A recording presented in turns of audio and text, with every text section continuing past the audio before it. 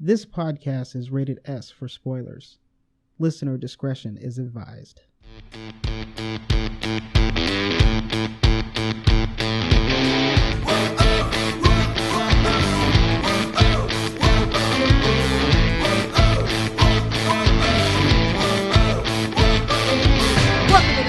Podcast. This is episode 91, the movie review of Star Wars, The Rise of Skywalker. I'm Graham Ricks, and here with me is my friend and co-pilot, Ian Jones. The Rise of Skywalker. There, now you don't have to edit it in. I don't know if that was as good as my first take or not, but... Oh man, it's, the amount of times that we start recording, and then several minutes will go by and we're just talking and everything and just getting ready for the podcast. It's there's a lot of gold in there. And right. Your first attempt at Palpatine was so good. It was really good. It was probably better than that one, but whatever. I don't want you to have to do a bunch of editing to get that one in there. So somewhere there's a really good Palpatine impersonation. And my volume is just going to go to the max, so I might just back off here of the mic. Because Audacity is just doing its own thing. Yep. Thanks to Skype. Skype and Audacity combination is rough. We are definitely low-budget podcaster. We try to make it sound as good as we can. Yes, we do.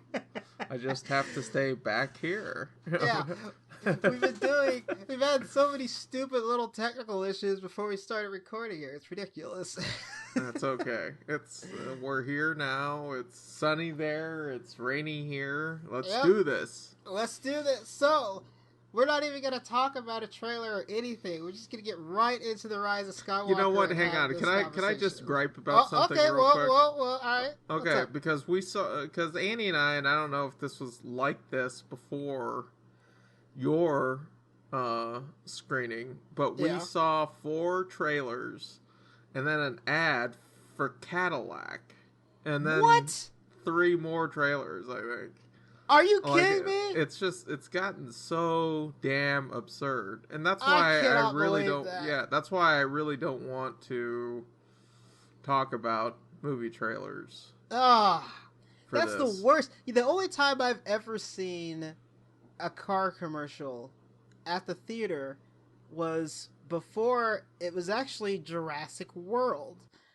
They absolutely showed clips of that car that Bryce Dallas Howard is riding in during that movie. They showed, they still showed movie clips. Yeah, but it was an advertisement for the car. Yeah, it was an advertisement for the car. Yeah, I'm pretty sure that was Mercedes. And that was the advertisement for the car.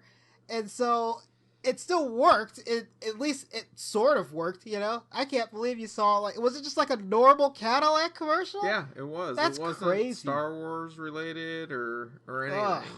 That's crazy. Yeah. That sucks. And you know what? See, we were supposed to get right into this, but see, now I have a gripe about a movie theater. So, I walked out of the movie theater with Jackie. It was we saw it Friday afternoon, so I saw it. That was release day, right? I saw it then. Okay. I walked out of the theater, and there is a woman amongst a group of people who must have just got out of the movie on speakerphone, mind you. Okay. Talking about the movie. Oh boy. In the lobby at the movie theater, just say spoiler. Yeah. Oh my god. Are you freaking kidding me? I could not believe it. Jackie and I were just are you serious? What is happening? This is the worst thing you could possibly do. I could not believe it. But I was just I was hoping, because we were walking away and we heard it from behind, and so we turned around and looked, and it looked like the group of people she was with was not waiting for the movies, but it was her group that she probably went with.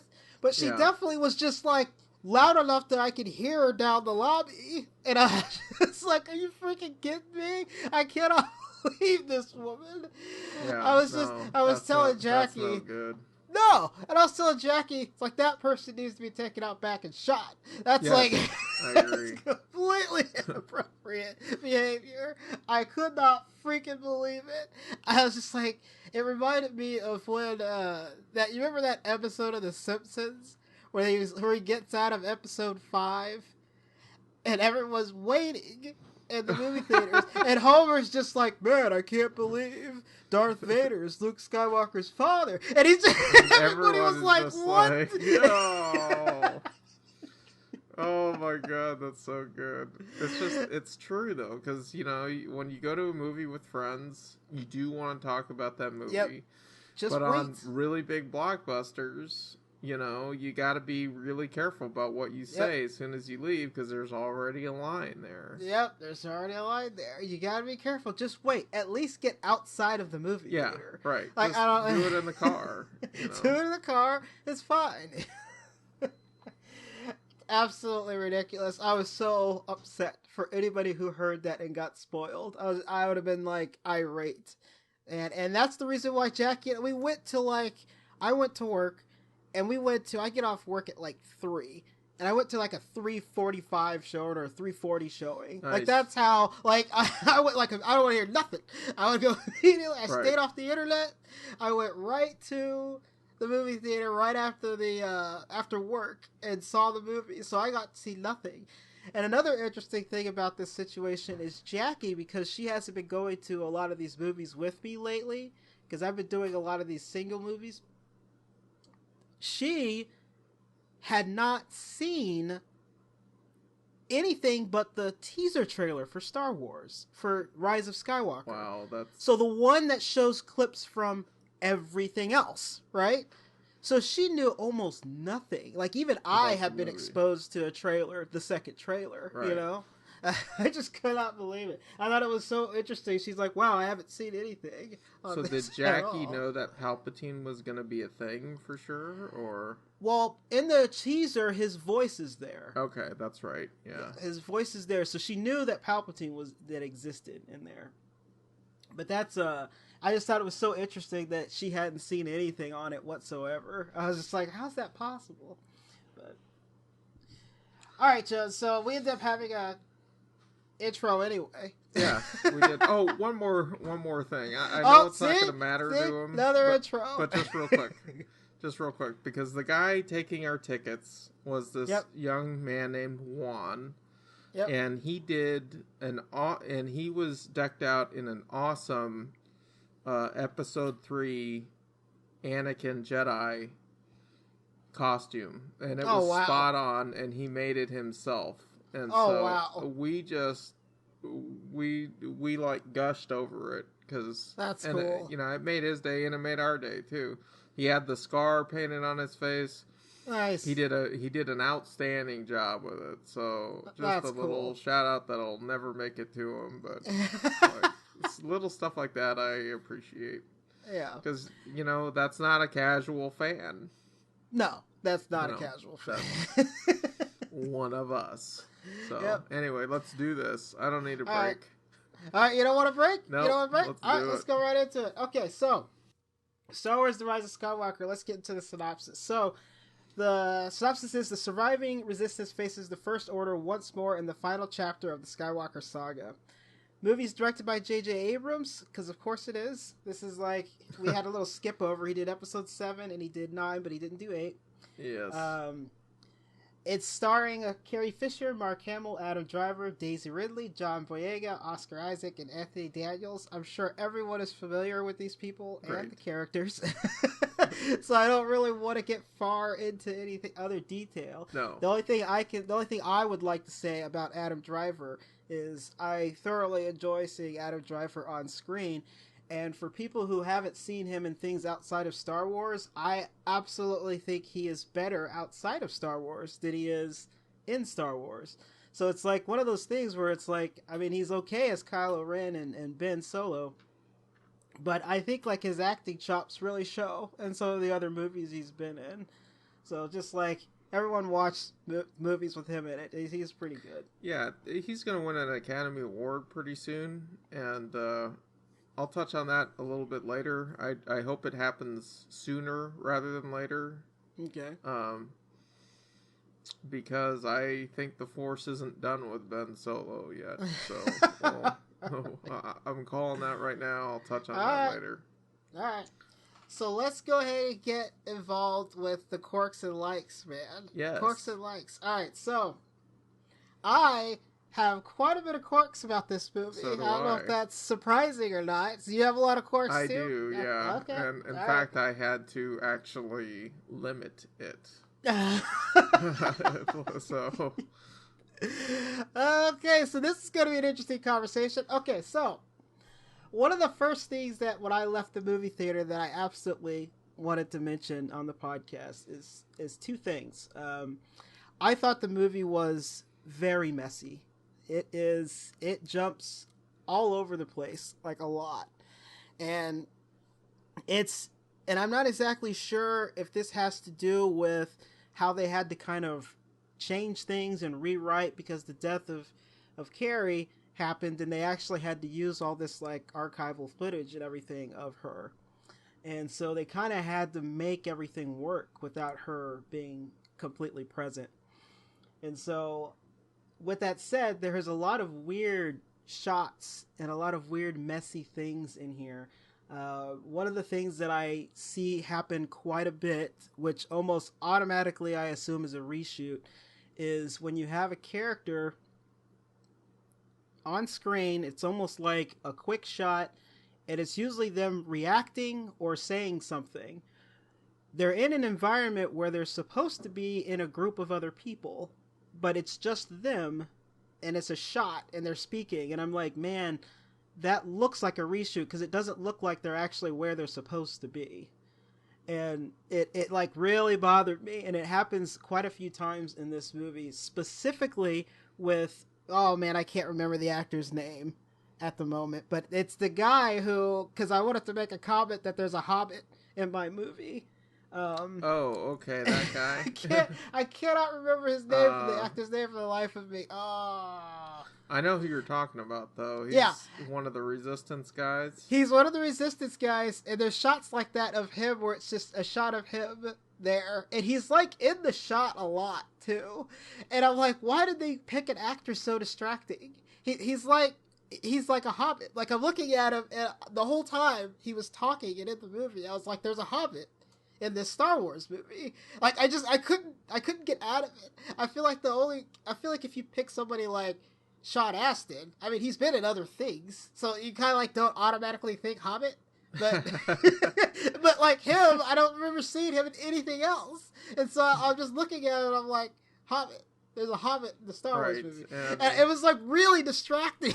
And why introduce? Yeah, I agree with you there. I agree with you because he's not central. He's not integral to anything. He's not important. It could have been anybody. It could have just been anybody. You could have given someone their big break instead. Yeah. I don't. It was just weird. It was so strange to me.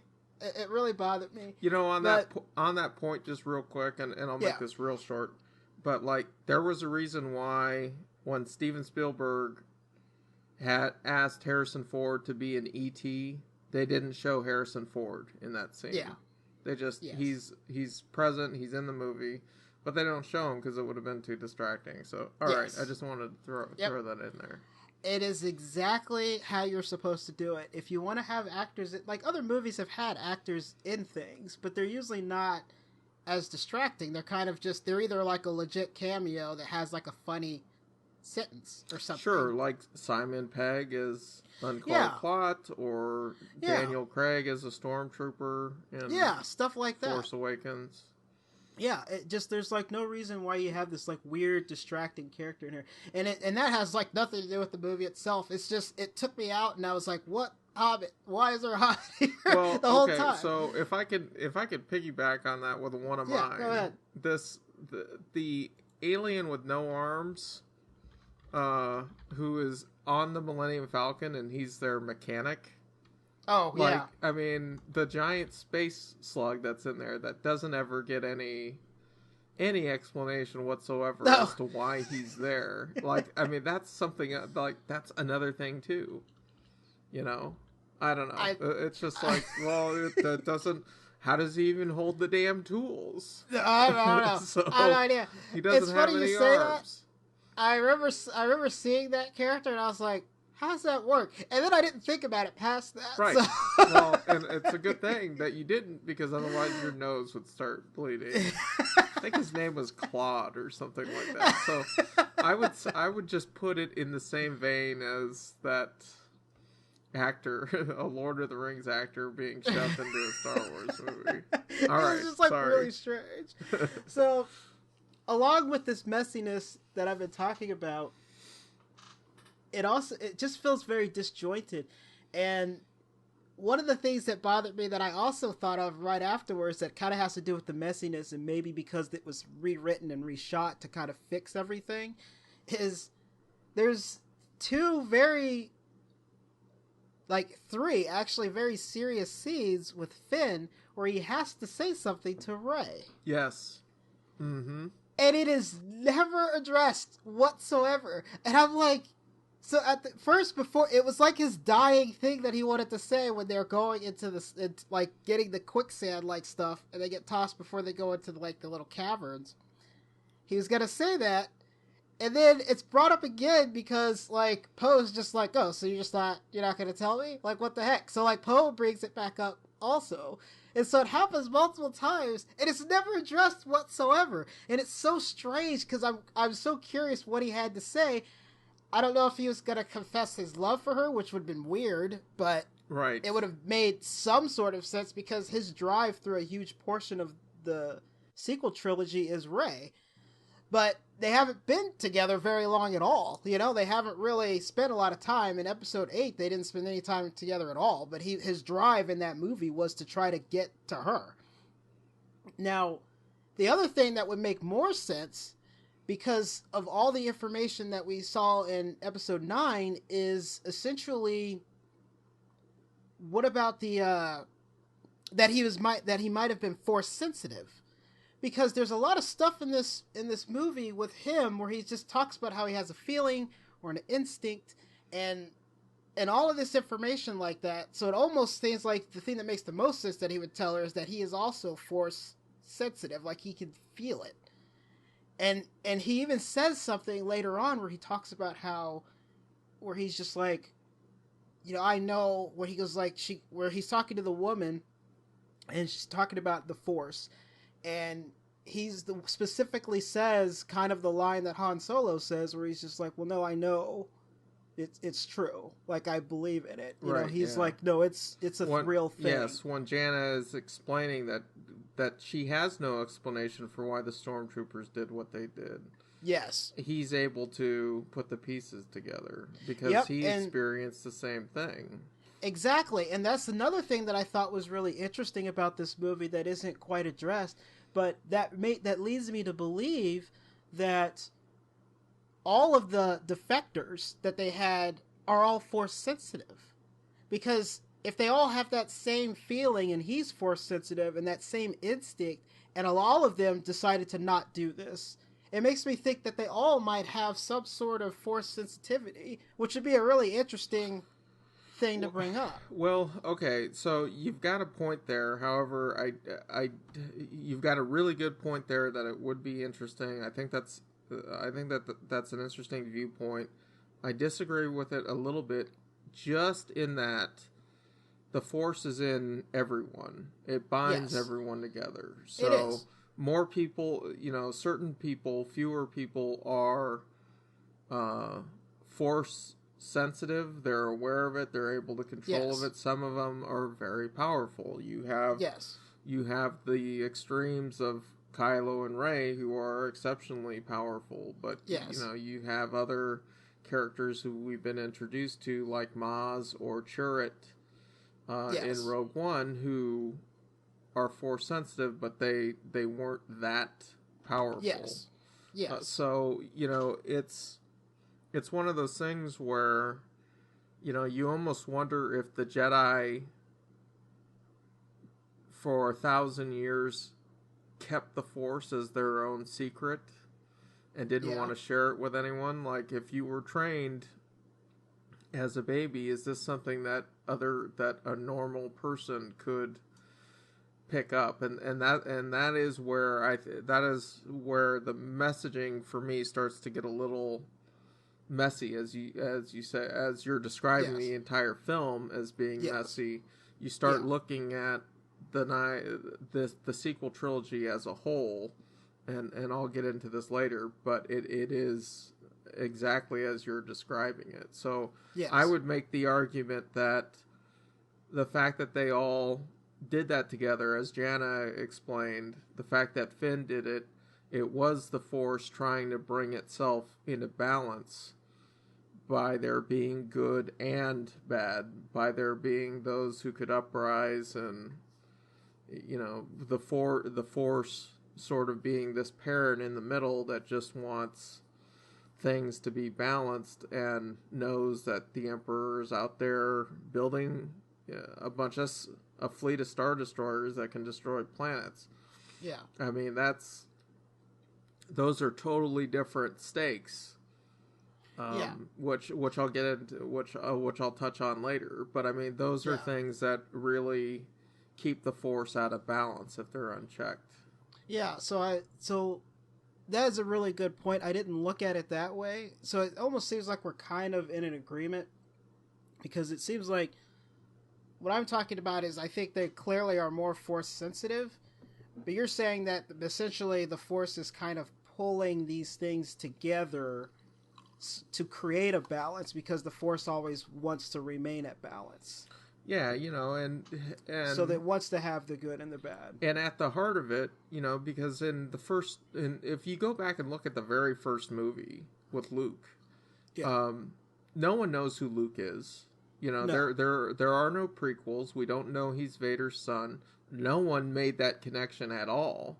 It's not there. Anakin Skywalker is talked about, but you genuinely believe that he's dead. So, but there's only one connection in Episode 4 that relates to him being the same, that Luke's father and Darth Vader are the same person, and that is if you look at the lightsabers, it clearly is made by the same person. Anakin's lightsabers all look the same, including Vader's. Well, I mean, but you have to look at that. I know, and to be honest with you, the lightsaber scene with Vader isn't even that long. No, it isn't, and you can't really see a really good shot of the saber. But I always thought it was really Anakin's lightsaber and Darth Vader's lightsaber. I've always loved that throughout the entire series. When you watch the prequels and you watch Vader, I always love that they actually look like they're constructed by the same person. It's not like a totally different design. It always looks like it's constructed by the same. And I thought that in George Lucas's defense, that's just really cool. That he thought that far ahead or whatever. All right. So sorry, I didn't mean to cut in on your quirks. Oh no, it's fine. I mean, we're having a discussion here, but I mean, the thing is along with the messiness, I was really kind of upset about Rey's background. We need to get into this.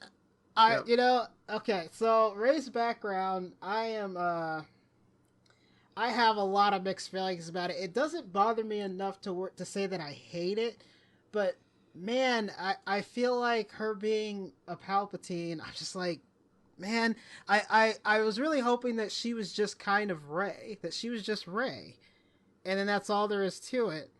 And the thing is this also brings up the messiness of the rest of the series as a whole, because the thing is it seems like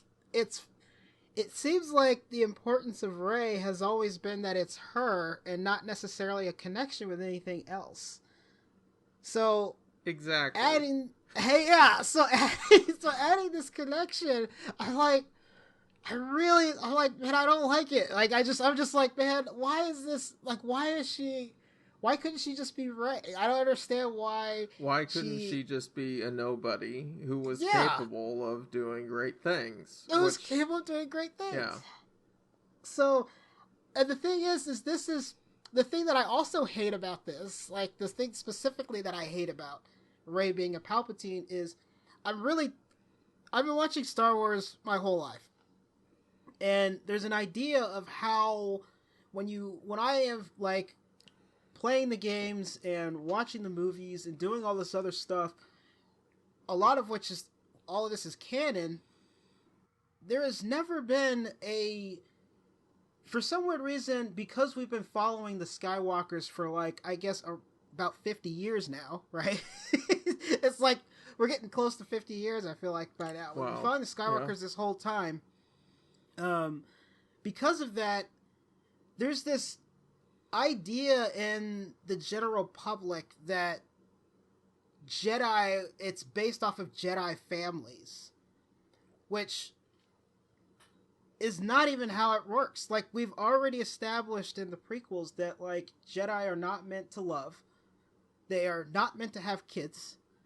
None of this is supposed to happen because love is too strong of an emotion. The point of being a Jedi is you don't let that affect you. Yes. However, yes, you're right. All right. So just before you get to in detail about that, my point is now it feels like the Force is genetic, and that just like it to me, that just like throws everything. That, like, it throws everything into a mix that I just don't like. I'm like, we've already established that that's not really how it works. And the fact that they don't want Jedi to do this, I think this entire series from the prequels all the way up into the sequel trilogy is showing proof why you don't want it to happen, because it can turn into utter shit. It's just like, when you see, like, the stuff that happens with Anakin, and I get they have a full redemption, but even when you have with Kylo, they have a full redemption also, but, like, when you start having, like, kids, they're just like, shit up! I don't know, I don't know. To me, it really bothers me. Okay, yes. So the big issue is, and I think kind of and correct me if I'm wrong here, but I think where you're going with this is it really does undermine Rey's journey.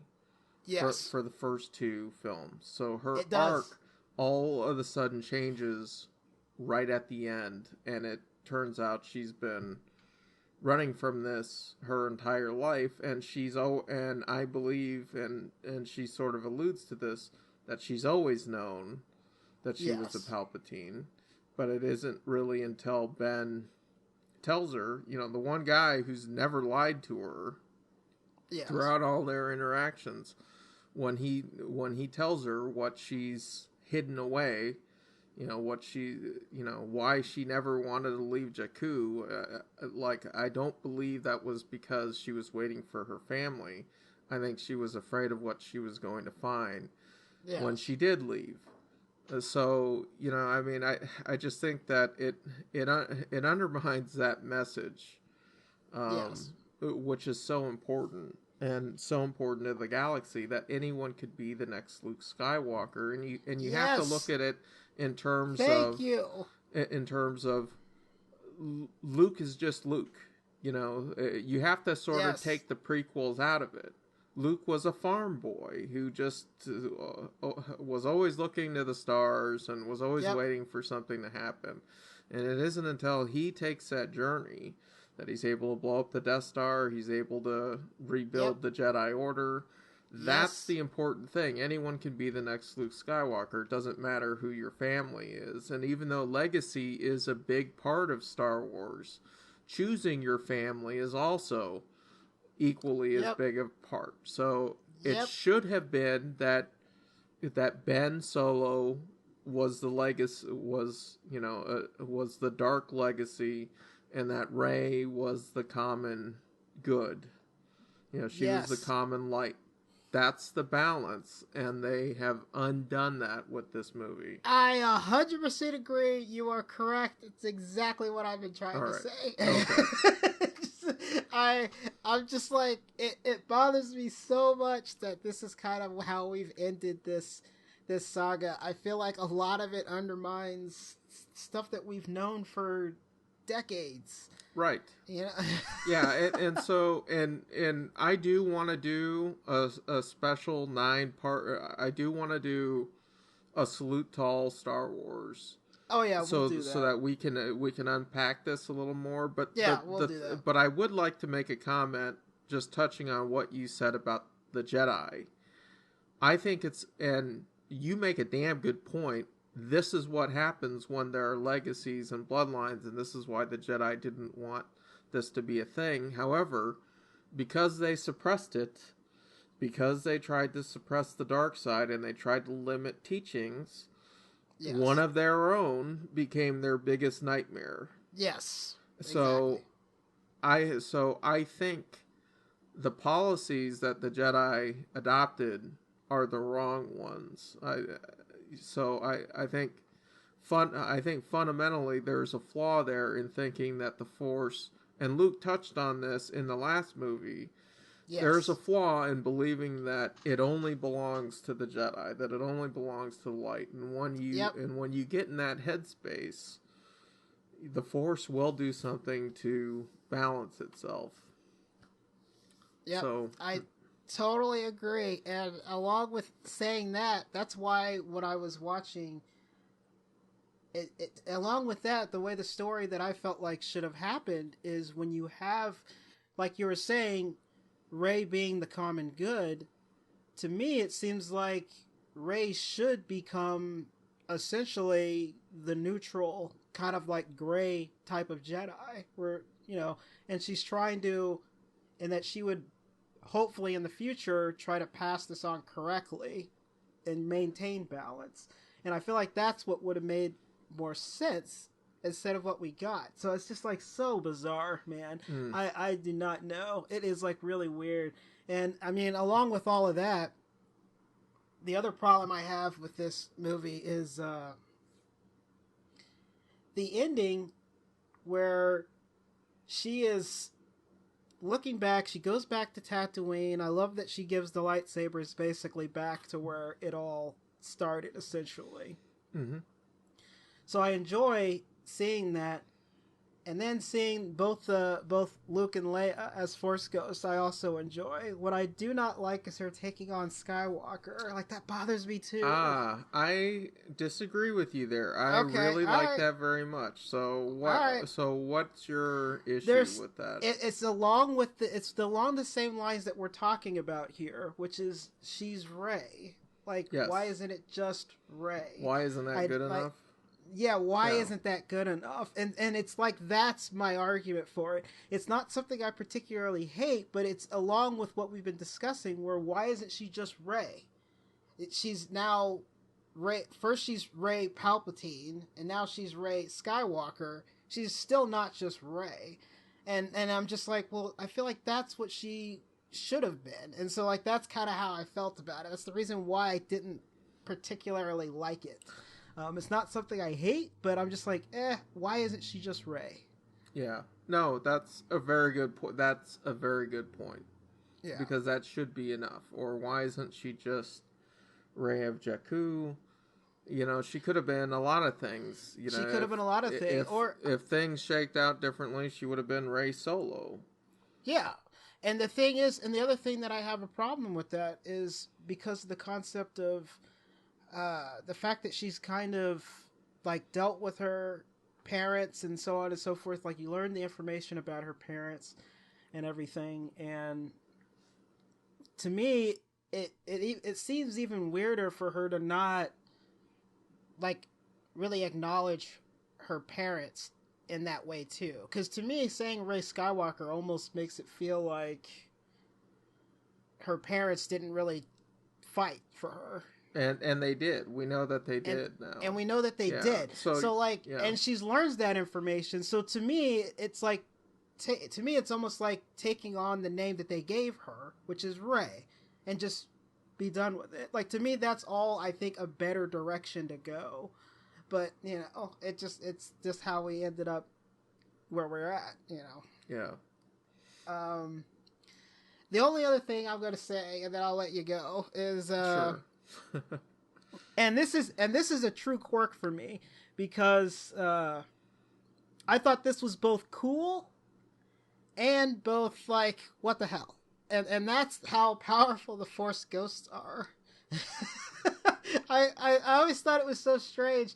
I feel like throughout all the series that we've seen, the Force ghosts are very they spend a lot of time being mentors and guiding people, which makes sense to me. But in this movie specifically, like, they're interacting with objects in the like living world more than I would expect them to. It's like kind of a weird, like, Luke grabbing the lightsaber and then Luke like raising his X-wing. I'm just like, man, when were they able to do that? I thought it was a really cool thing, but it's just like, well, when were they able to like? They haven't, Yoda, and that was like one of the cool things that I think Rian Johnson did. Was he had Yoda summon lightning, but he had him summon it from the sky, where it was more of a natural thing. And so now the abilities of Force ghosts have really changed. Yes. I mean, it's really evolved. Force powers in this movie have also really changed and upgraded. So yes. They push things there, and I think those are good choices. I think it's much more entertaining to see stronger Jedi, and to see just how strong Kylo and Rey are in this movie, and even the Emperor in the one shot that we get. Yes. We see what he can really do. Yeah. So it's one of those things where I felt the prequels nerfed everyone, and I was glad to see this go in a little bit of a different direction. Yeah. But it would be great to see a movie to see like a deeper dive into the Force, which none of these movies have really done. It's always been, none of them have done that. It's always been skimming the surface. Yeah, it would be really interesting to see a movie done where you really are going deep into the capabilities and the philosophy behind the Force. But that's all I have, man. And I got some likes to say, so we'll get to your quirks. Sure. Let's see if I can knock these out here. All right, what else you got? Okay, so the big one for me is based off of something that Lucasfilm has said, which I believe is an outright lie. Yes. I do not buy for 1 second that Palpatine was endgame for the sequel trilogy. That cannot be the case. That's, the fact that the story team was talking about that in The Force Awakens, I don't buy it because the breadcrumbs aren't there. They were never in place. Leia knew what was that? Well, the only thing I can say where the breadcrumbs are sort of there is the concept of Starkiller Base, which is essentially the same plan. It wouldn't surprise me. Right, it's the same right. However, if the First Order rose from the ashes of the Empire, why would they bother to put all their eggs in the Starkiller Base when quite clearly they've got something much better in the works in the 30 years since in the unknown regions? And in the opening crawl for the Force Awakens, it says that the First Order came from the unknown regions. Yes. But they had an entire legion of Star Destroyers that had planet-killing weapons, which is... Which is what? Sorry. Well, which is the wrong path to go down, because there is nothing bigger than that. Like, that is absolutely shooting for the moon and putting a set of circumstances into all the movies going forward where, well, geez, there is no bigger threat than that, right? So we have to either top it or bring it back.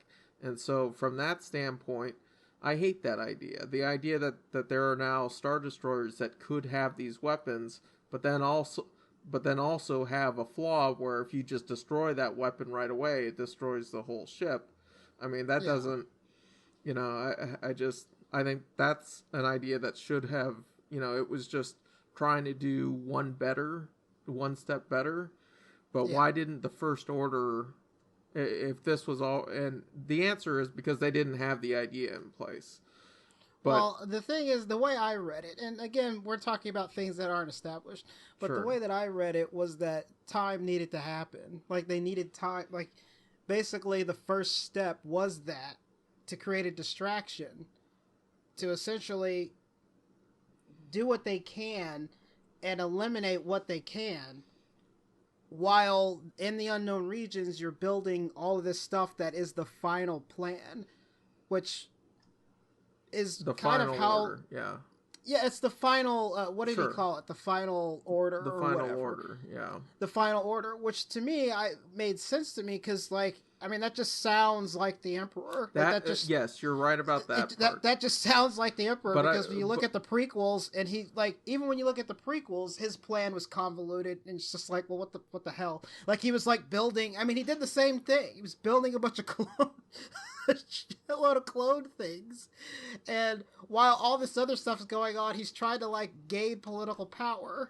And then you have, while this is happening, he's like building all these clone things so that he can have this final order to eliminate all the Jedi. Like, it's the same kind of plan.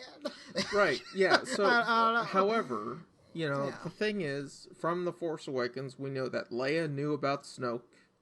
She knew that Snoke was too close to her son, and once she figured it out, she sent Ben away. Yes. So, I mean, it seems a little odd to me that you would have all these Jedi ghosts who are on the other side of the Force, and yes, the Sith know all about hiding and everything like that from the Jedi, but you know that there's an exceptionally powerful Dark Force user there, and yet the entire time he's not trying to indoctor Kylo in the way of the Sith. Kylo is a Dark Warrior for both films, and in fact he wants the Sith to die.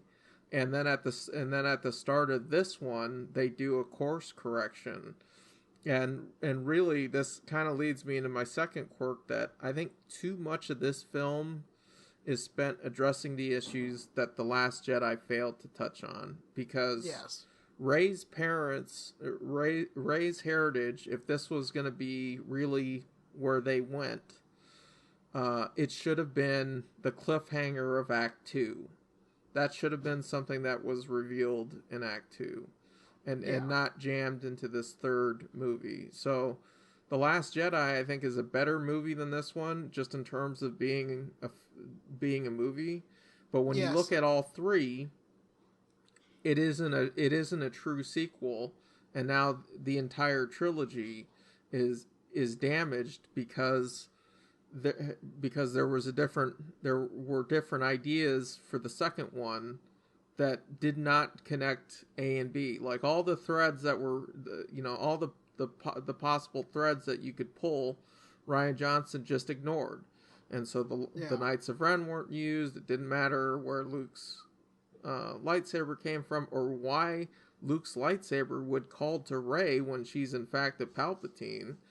Like none of that, like all of the, and the messaging in The Last Jedi, which I thought was the most important part, totally gets rewritten. It does. And so I think too much of this film was, instead of trying to use things from both movies, too much of it was done rebuilding what The Last Jedi, some of the choices that The Last Jedi did. Why does Kylo even need his mask? I mean, that's never talked about, other than for there to be another toy to buy. Well, yeah, that and the connection with Vader is what I've always looked at it as. I guess, but but then as soon as he needs to take it off, which is most of his interaction with Rey, because he doesn't want to be wearing that mask in front of her, it's then gone. So it wasn't part of a ritual. He didn't need it for the Knights of Ren. The Knights of Ren are, now we know, are not those kids who survived the temple. So where did they end up? Where did those other Jedi end up? None of those, and that's going to be something that comic books explain. But because it isn't addressed in the first two movies, there's no place for it here. And so the Knights of Ren have to just get cut down right away. They have to show up at the end, and Ben has to take them out. But that's it. Okay, so here's what I'm gonna do with you here with this. So I get what you're saying. I'm going to take the middle ground here, and I'm going to say that Palpatine absolutely was the plan the whole time. I think they dramatically changed 9 after the backlash from 8. Okay. I think is what happened. Yeah, okay. I agree. I am 100%. See, I do think that Palpatine was the plan all along. I think some of that stuff with Palpatine makes sense. But I think in order to appease a lot of the backlash from Last Jedi, I mean, you and I love Last Jedi. Yes. But the amount of people that I know that did not like Last Jedi is a lot. It's like most people do not like that movie. And with that said, what they did was they kind of made a lot of what 8 did inconsequential. It's like, we're just gonna like not even bother. So instead of doing a movie where you get episode 7, you get episode 8, these characters are where they need to be. 9, you finish it. They decided to be like, ooh, this backlash from 8 has not been good. Let's rewrite this to try to appease Star Wars fans. And I think that that's what happened. I like, that's what this movie feels like to me. And when I saw the movie and I left, one of my coworkers had read a review where somebody said that the people who liked Last Jedi are probably not going to like Rise of Skywalker. And the people who did not like The Last Jedi were going to like Rise of Skywalker. Right. And with that said, I think that's exactly what they did. I think they were trying to appease fans, and I think from my perspective, I think they did. When I watched this movie, I agreed with that statement. I could see how fans would love Rise of Skywalker, especially over The Last Jedi. I can see that. You can, because a lot of it is it feels like pandering, it's like they, instead of like letting the story come to the way it should have been, they like changed it around and kind of just, it gets all muddled and messy, and they covered all of that messiness up with a fun and entertaining movie is what happened. Yes, yeah, right. Because there isn't enough time to ask a million questions. Yes. And their goal was to not only conclude this, and to be honest with you, I don't know that another filmmaker could have taken this on. It had to be JJ. Yes. But now I think it needs to be someone else, and I think the trilogy as a whole, and you're right, this movie is messy, but we are going to talk about our likes and everything. Yes, but the trilogy as a whole suffers because there isn't one showrunner. And even if you have other directors, that's fine, because the original trilogy has other directors too. Yes, they do. You have to have one person doing the overall idea, and then you have that collaborative effort where you can then say, okay, best idea wins. This is our game plan. How do we get from A to B? And when you look at the original trilogy, it does not matter that there are 3 different directors. They were able to do it because they had one showrunner and they came together. And in fact, that trilogy is better because they have 3 different directors. Oh yeah, I would agree with that. I think that's probably the format I think that that appeasing fan, like giving into that and just saying that, okay, well, this is why Rey is this powerful, and now we don't have to fucking hear about it anymore. Yeah. You know, I mean, that's a lot of it is fan service, and I think I don't know, when I look at it in terms of a trilogy, you know, at least with the prequels, you know, there's a flow to them, and I don't feel that here with this one, and I think it's because they weren't on the same page. You know, no. They didn't quite have it figured out. They were trying to figure it out along the way, and that seems crazy to me when you're talking about Disney, when you're talking about Lucasfilm, and the fact that they have a team of super talented writers who are doing all these projects, that they should have had a better idea of where they're going. So even though we disagree on the Palpatine thing, I just think that if this was going to be the case, this needed to come up in the second movie, you know. And that to me, that's a perfectly fair statement. Like, if it came up in the second movie, it would have made more sense that it was an overall plot that was happening, and it wouldn't even take much, you know, even if you just got a hint. Because the thing is, the way this movie starts is how essentially Palpatine's been broadcasting everywhere, all across the galaxy. Yeah, on had episode 8 ended like that, you would have been like, oh, okay. Right, imagine that happening right after Kylo takes over. Yes. You know, I mean, that would have been just crazy. Yeah, it would have been. Everybody would have been shocked, because nobody would have thought that this was. Yeah. And you know, and so I get your point. Totally get your point. I think they were trying to write themselves out of, like, disappointment, and I think it shows because of how messy it is. Right, yeah. So, you know. And it almost feels like it should have been two. Like, if this was going to be the case, why not tell fans that it's going to be 4 movies and not 3? It absolutely should have been another movie, because the amount of stuff that happens in this one, it doesn't kind of, like, resolve itself. There's no reason why this shouldn't have been split. The third movie, episode 9, should have been 2 movies. It really should have been. Yeah. The last thing, which is sort of along that same line of the fact that they felt like they had to reconcile things with the fans, which I hate, and they had to reconcile The Last Jedi.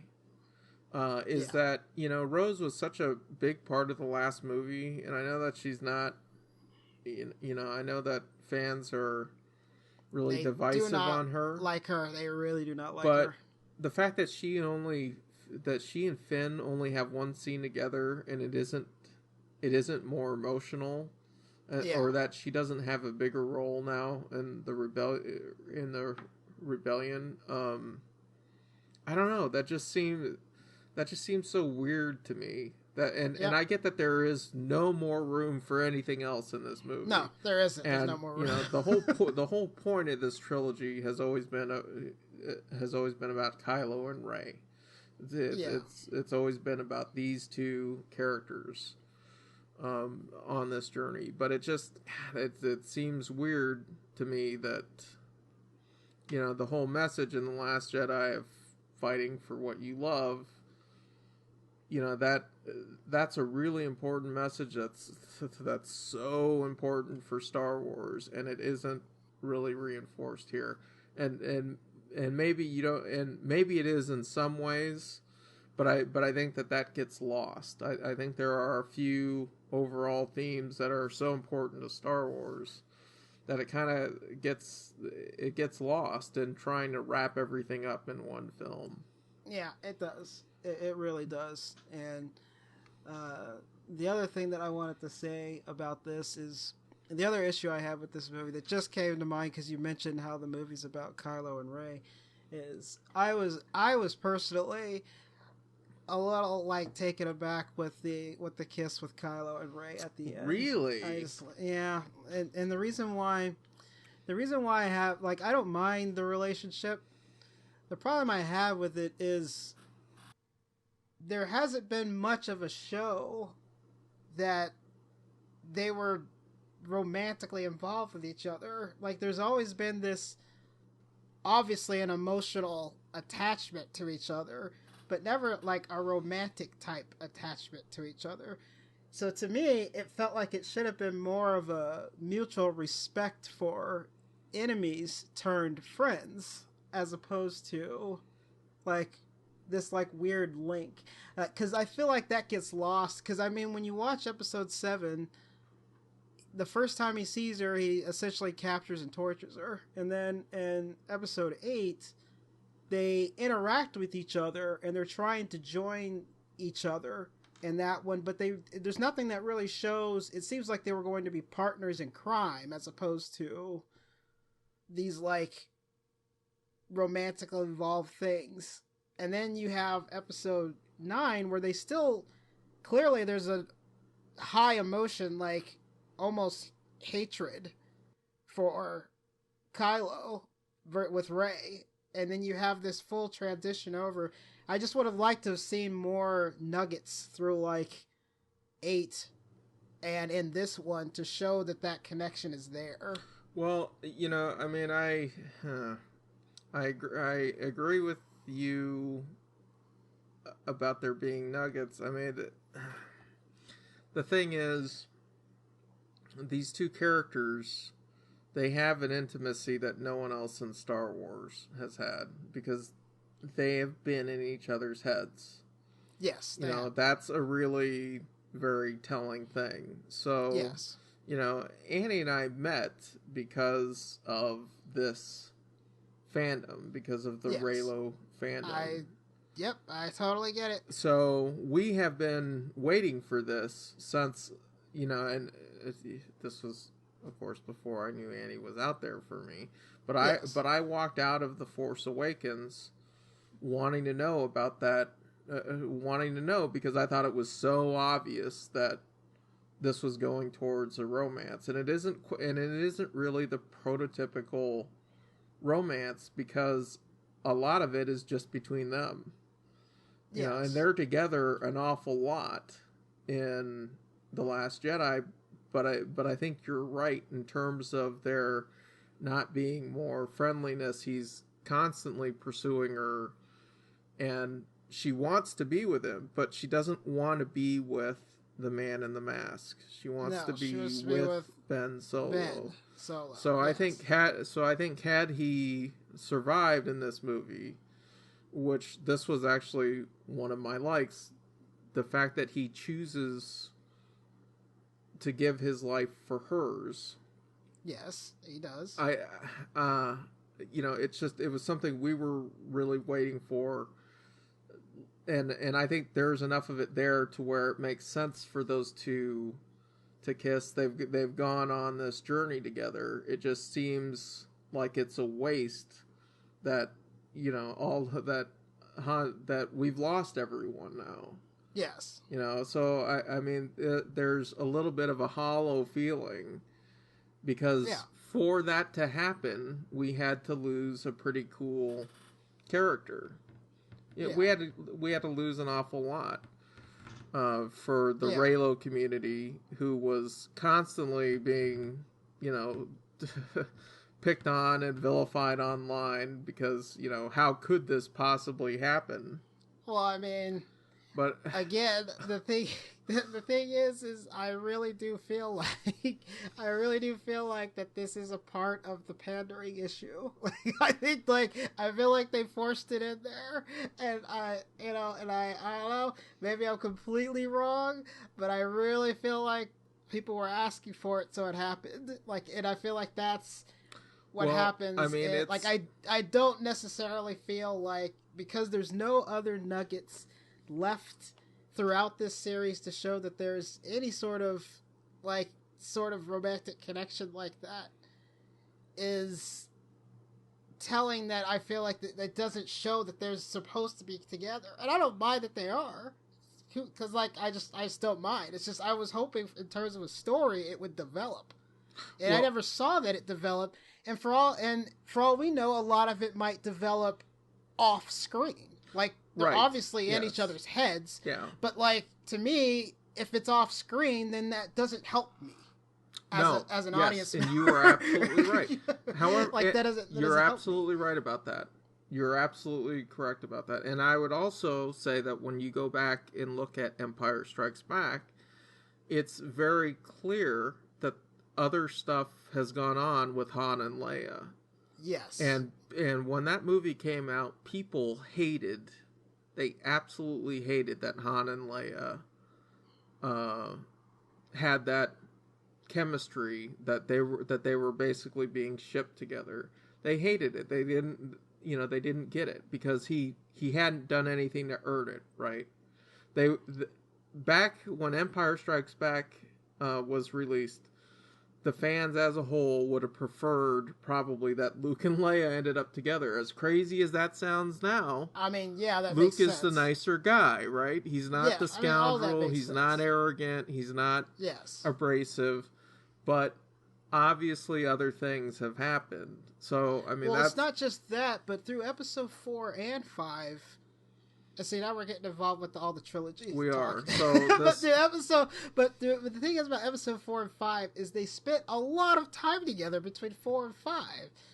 Like, there was a when they're both on screen together, the chemistry is there, and they absolutely kind of have this love-hate relationship. There's even a scene in the original trilogy where she, like, hurts herself, and he, like, grabs her hand and kind of, like, looks at her, and it's like this really close, uncomfortable type thing happening, and she kind of, like, dawdles away a little bit. And so, like, there's that chemistry is there, and so that, to me, that's a nugget. Like, okay, that makes sense that there's obviously more of a romantic tension here.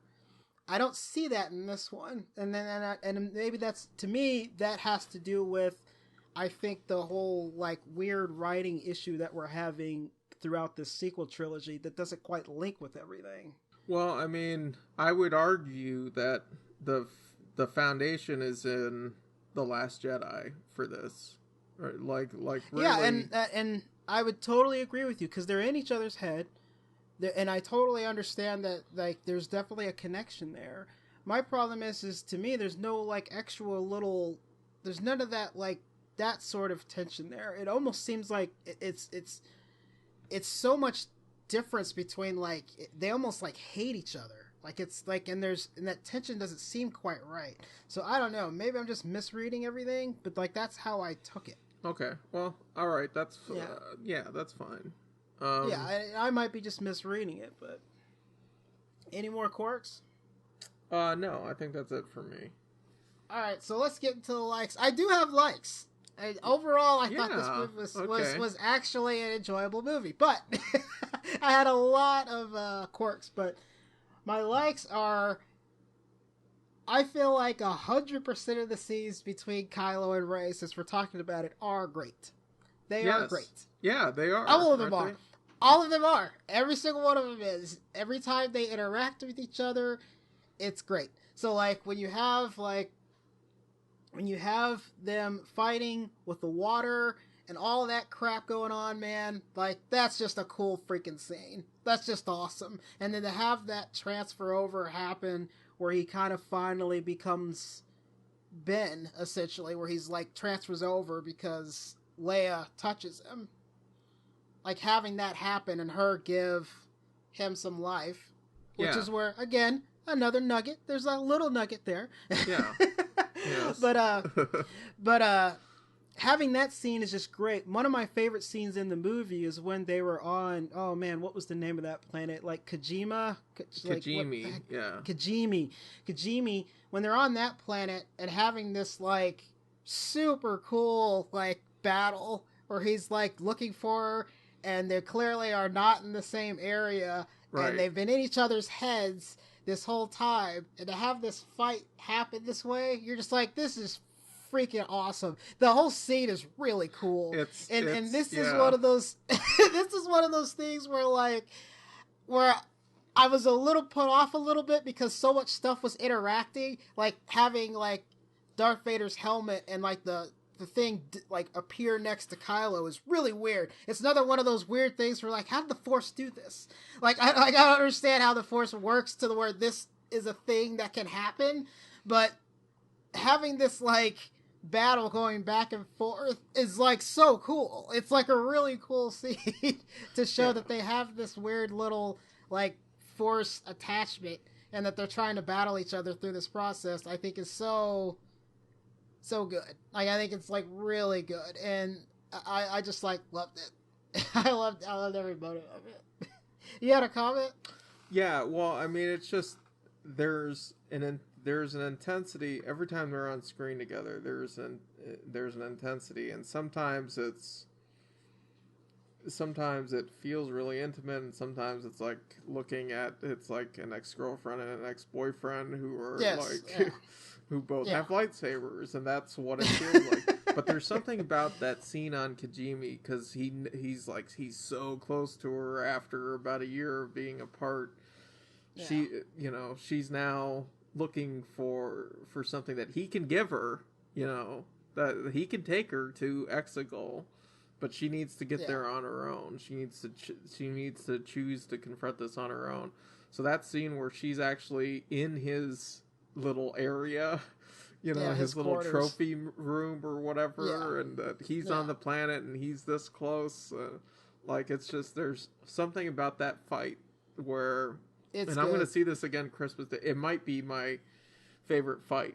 Like that part of it is so different from any other Star Wars fight.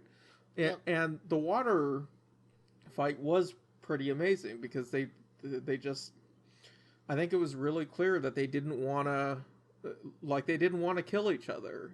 Yes. They were both exhausted, and like Rey's on the ground, and Ben actually drops his saber when he feels his mother's presence. And I mean, it's like, these are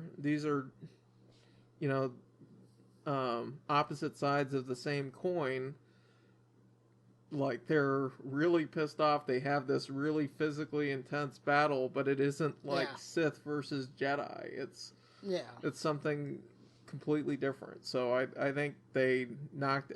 I think looking at their relationship from all three films. I mean, obviously from a personal standpoint, I love it. Oh, I'm sure you do. But I think the fact that you like it too just like makes my day, because it's so entertaining in this movie. It is easily. I think it's the best scene in the movie. Like, it's so good. It's like really good. I like how it's filmed. I like the intensity. I like I like the issue, because to me the thing that I love about it the most of that scene, and pretty much all the scenes where they're fighting each other, is you have almost like two neutral people fighting each other. So like you have like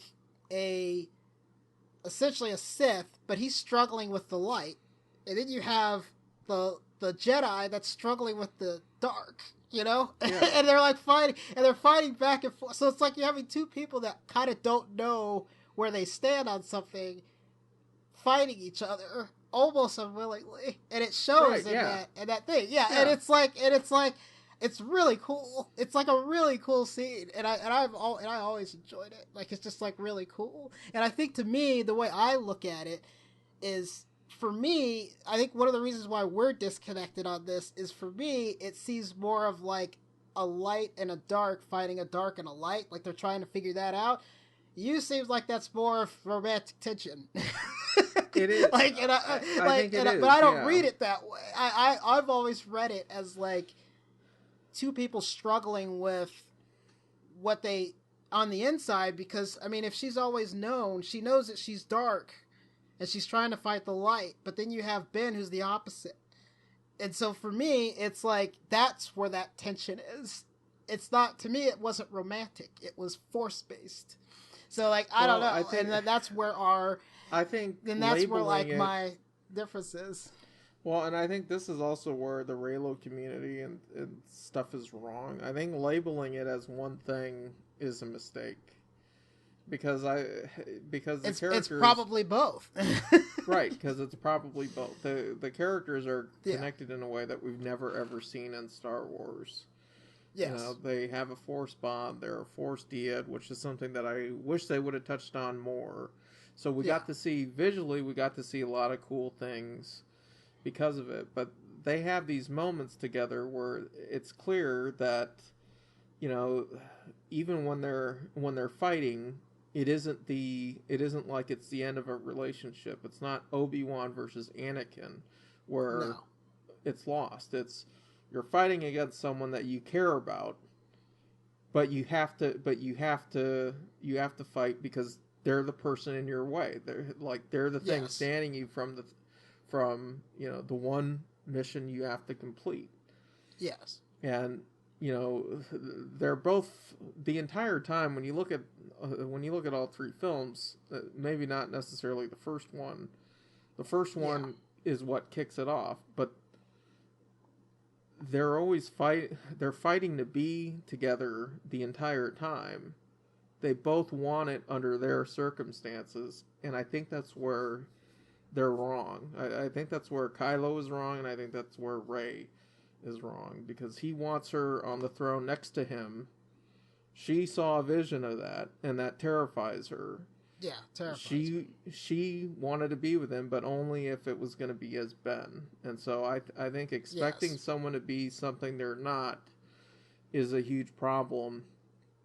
And having those expectations in a relationship can be a huge problem. So that's why I felt like, okay, this was, you know, it is more intimate. It is, you know, this is where it was always leading. Okay. And it's not just, you know, the Force. So, but that's fair. The best part You've opened my eyes a little bit more towards Reylo. Good job.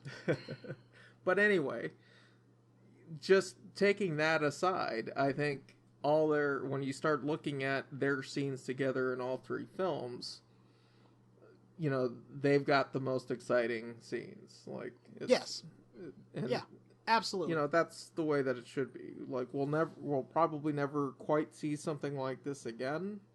No, I doubt it. You know, so I mean, it's kind of cool that you have a dark sider and a light sider. Yeah. For trilogy. Yep. The only other couple things I want to say for likes, and we'll get into yours, is I really enjoyed seeing Leia, like young Leia training.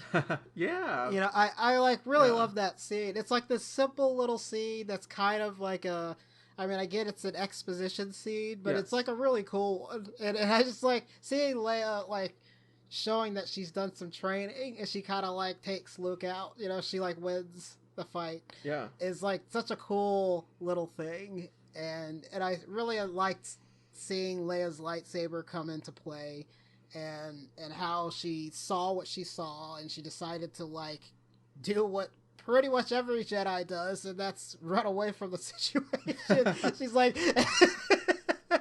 like, okay, this is not good. And she like decides to put her lightsaber away and just like not deal with it, you know? And so it's like, I thought that was like a really cool thing. And I love seeing her lightsaber come into play at the very end of the movie, like, or at the end of the movie when Rey is fighting with Kylo, like they're fighting together in this scene, you know, and I love that scene. Again, it's another scene with both of them that's just really freaking cool. Yeah. You know, and like having that sequence happen is really cool. I really enjoyed, the last thing I want to say to touch on to that is the very ending scene. I love seeing the lightsabers come back to Tatooine, or, you know, at least where it all started. Yes. You know, coming back there. And I thoroughly enjoyed that they reenacted the scene with the two sons with Rey to kind of put attack in this movie, you know, like to kind of cap everything off. I thought that was really nice because that's how it all started. So having that beginning and having that end, when you look at all the trilogy as a whole, I thought was really cool. And those are all I have. Yeah.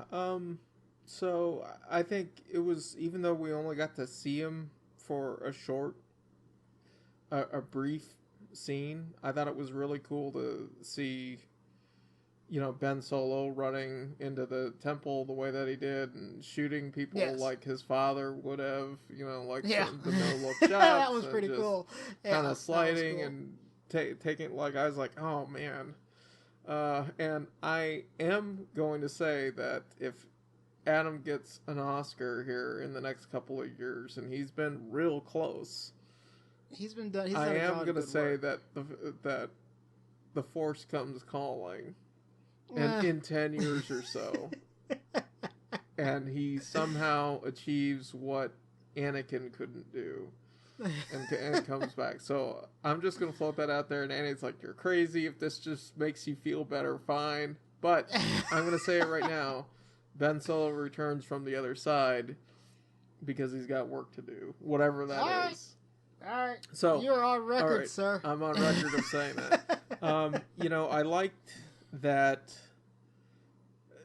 I really liked the relationship between Finn and Poe, and I would almost rather see a movie with them together. And so it was great that they had so much time. The fact that Poe was constantly giving Finn crap about, well, why can't you say this in front of Rey because I'm here. Oh, it's like here? It's like he already has it figured out.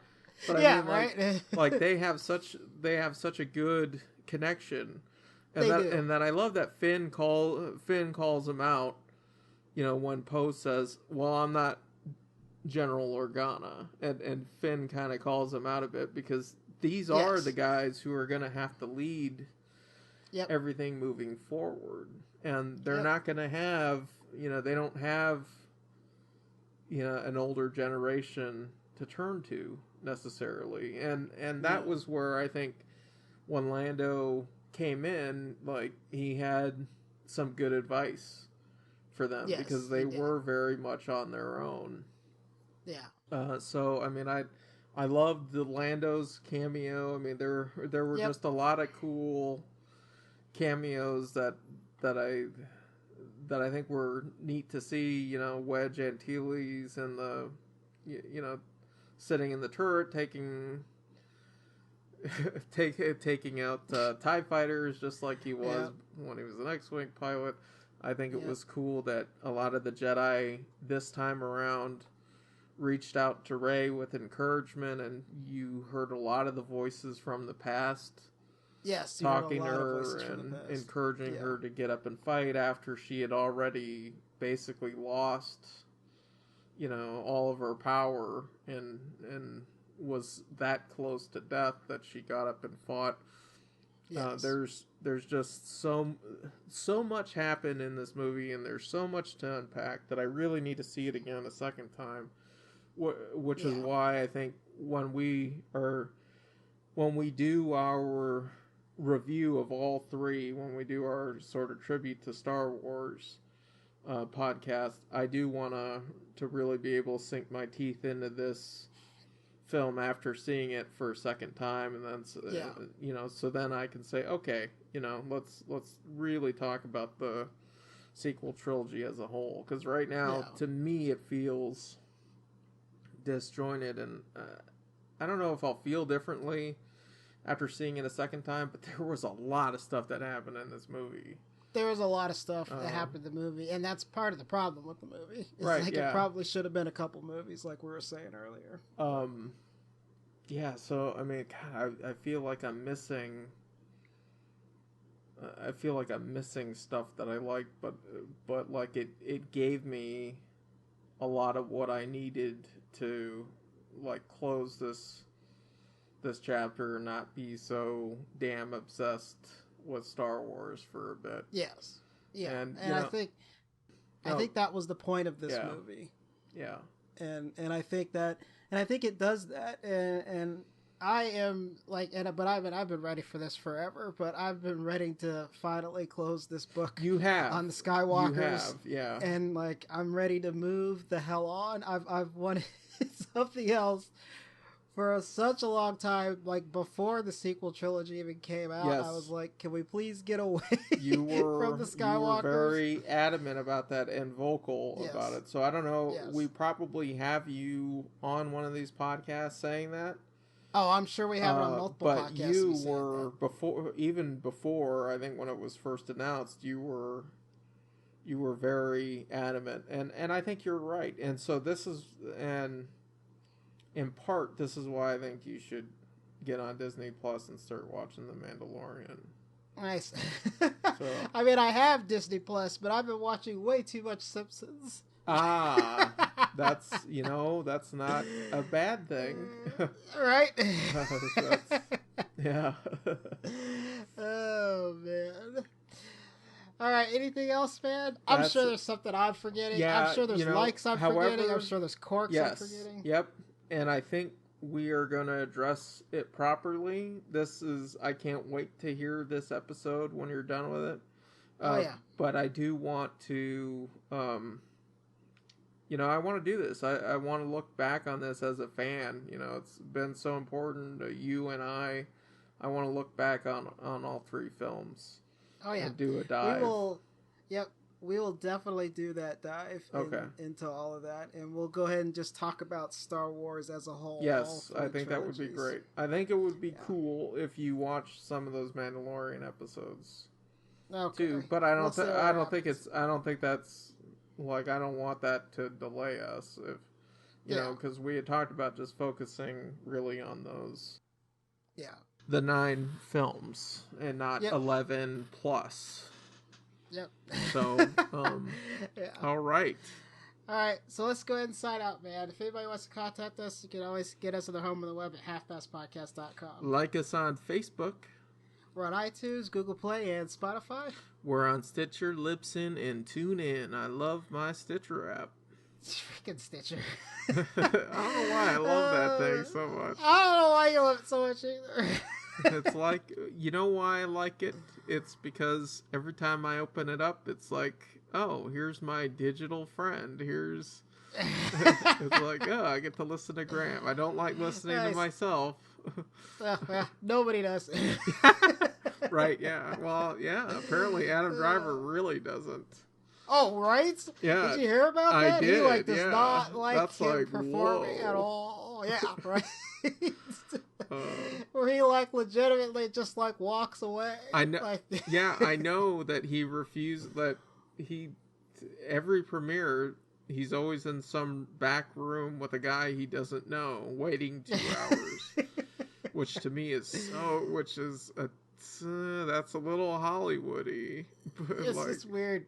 It's a little bizarre. Yeah, but I mean, no one likes watching them. I mean, no one likes watching themselves. Yeah, it's not like it's uncommon in Hollywood for people to film something and not really watch themselves. Yeah. Or it's only see it the one time. Yeah, see it the one time and not really think about it past that. But... Yeah, So, I mean, to an extent, I get it. I don't know that I would get up and leave an interview. Yeah, right.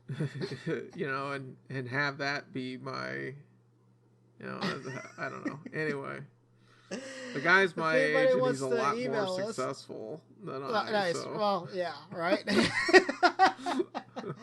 If anybody wants to email us, it's halfpastcast@gmail.com. That's halfpastcast@gmail.com. Tweet us at halfpastpodcast. You're keeping an eye on all this stuff, right? Yeah. Because I have left social media, so... Really, pretty much the only social media I'm on is for the Half Past Very podcast. Good, sir. I spend a lot of time off the internet, and it makes me a happier man. Well, so. Yep, and, yep. So, that's Very just good. how I feel about that. Okay, that's the nugget I'm going to walk away with. I'd like to thank everybody for listening. Thank you for your support. I have no idea what the next one's going to be. I have a lot of podcasts to release, so all I can say is there's going to be more coming. Yep. They're trickling out, but they will get out. I've been so busy lately. This is the Half Past Podcast. I'm Graham Ricks. Jonesy. See you next flick. See you next year.